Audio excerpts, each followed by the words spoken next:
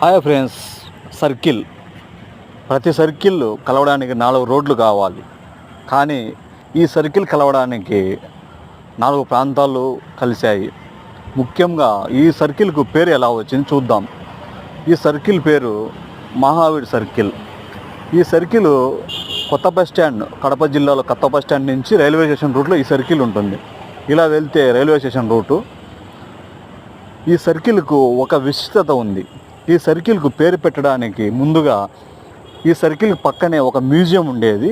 ఆ మ్యూజియంకు గుర్తుగా మహావీర్ సర్కిల్ పేరు పెట్టడం జరిగింది.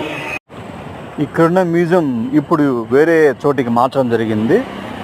ఈ రూట్లో ఆ మ్యూజియం ఉండేది, ఈ మనిషి వెళ్తున్న రూట్లో ఉండేది. ఇప్పుడు ఇది మార్చారు. ఈ సర్కిల్ ఎంతమందికి తెలుసు?